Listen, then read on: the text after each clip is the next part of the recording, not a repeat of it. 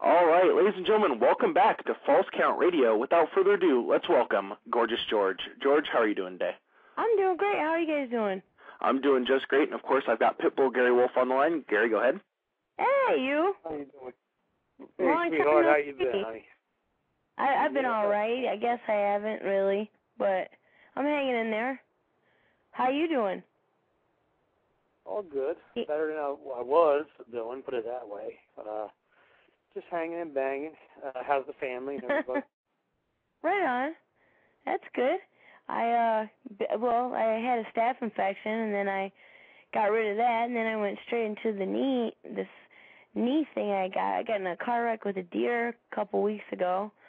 So I've had a chain of bad luck, but out of the ashes was I got a new car, I'm getting my knee fixed, and I'm getting a brand new tooth.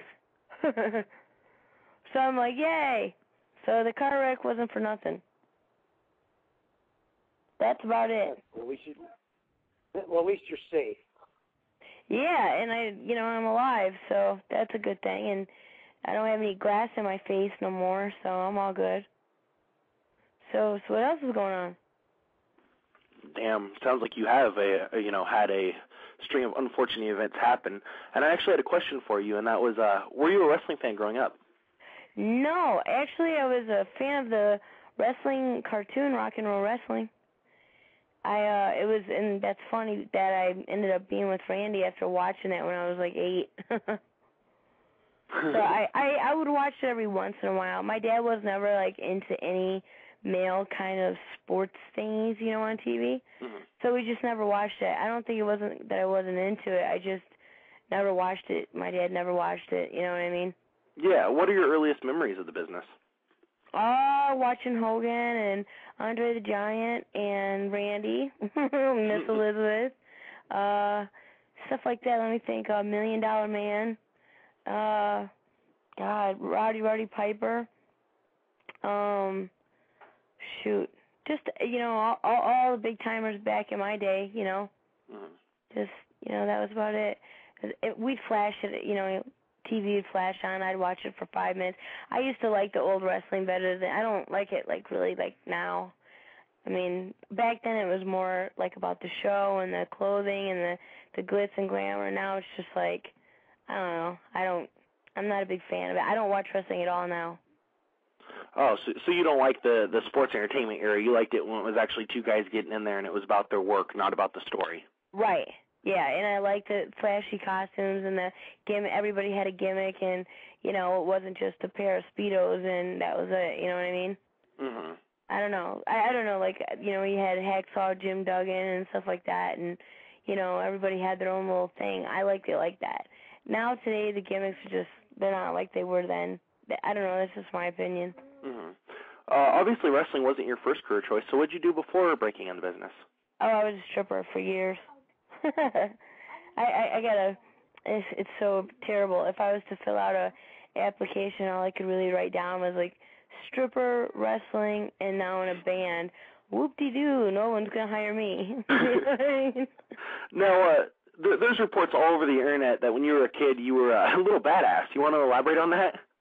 I used to be, I grew up in a really pretty tough neighborhood, and everybody kind of got into a lot of trouble when we were young, and I came from a lot of, my parents were the only parents that were still together. Everybody else in the neighborhood's families were all, broken homes and stuff. So, all the kids I grew up with, they only lived with their mother or their father, so they were always alone, so we always had somewhere to party. So, more or less, every house that was a friend of mine was a party house. So, not only did we live in the hood, we had free access to whatever we wanted to do 24 hours a day. So it's kind of a free-for-all. So we were all getting into trouble real young. I started getting in trouble at 12, so. Oh, wow.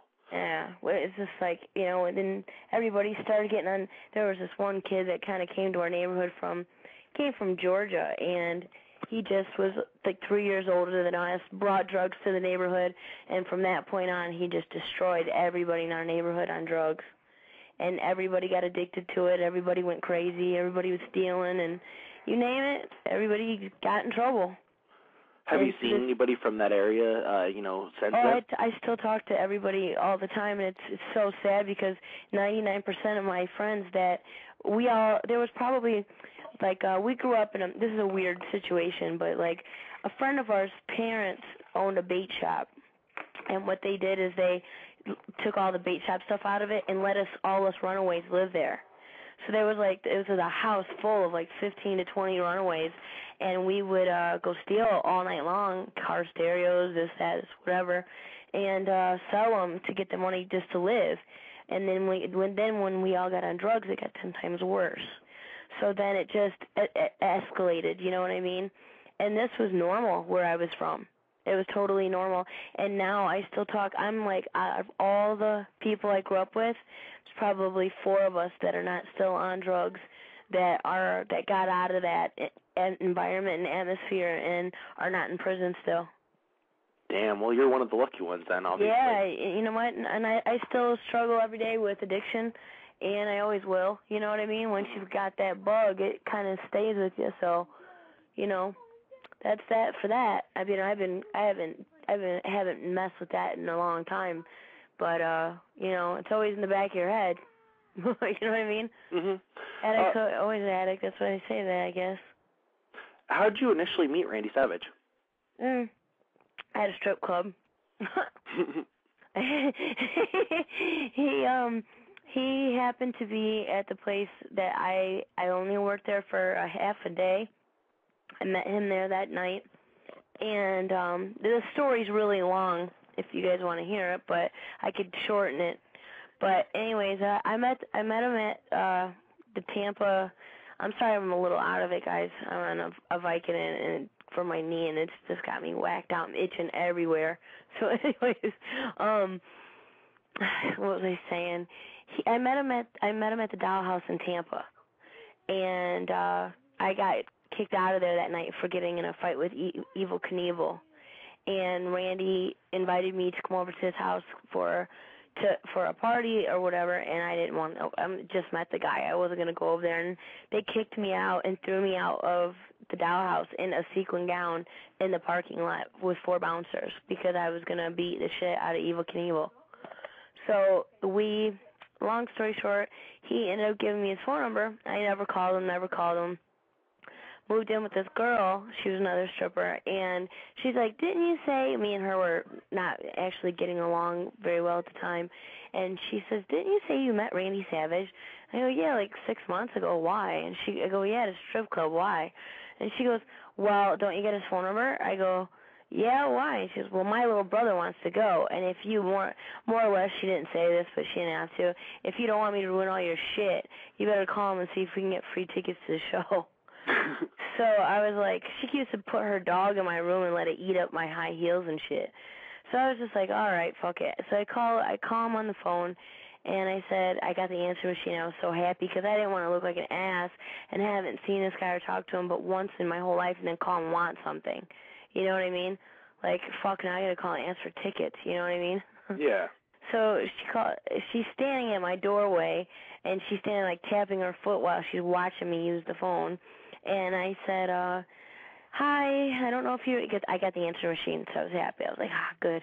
And I go, hi, I don't remember if you remember me or not. I'm the girl you met at the Doll House that got kicked out.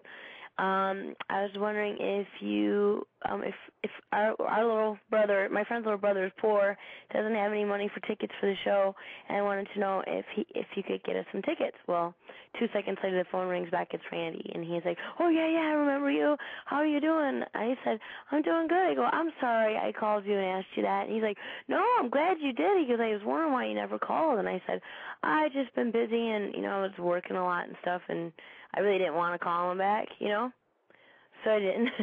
So then anyways, he was just like, after, he goes, then I went to the show, and then I saw Randy. I was less than a foot from him and didn't talk to him. And he goes, did you go to then he calls the next day, and he goes, did you go to the show? I go, yeah, I went. And he goes, well, how come you didn't come and talk to me? I said, you were with Liz, and I didn't want to interrupt. You guys were talking over the show and stuff, so I didn't want to be, in the way or whatever. And he's like, no, you wouldn't have been in the way at all. What are you doing tonight?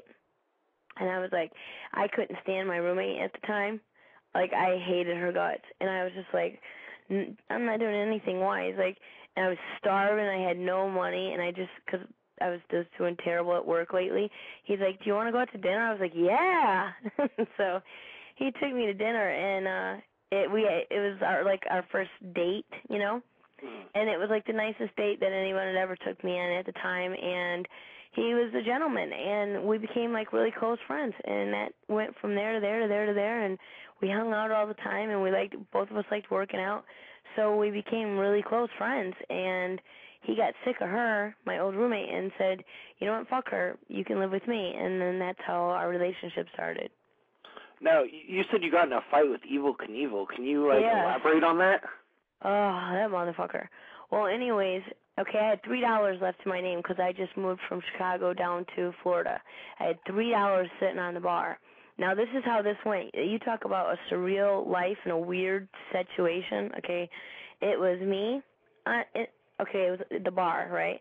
So it's like me on my left side was Randy. I didn't even notice he was there. I didn't notice anybody was there because it was topless.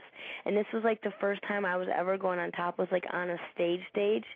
I was freaking out, and there was one girl that was on stage before me, so I was waiting to go up.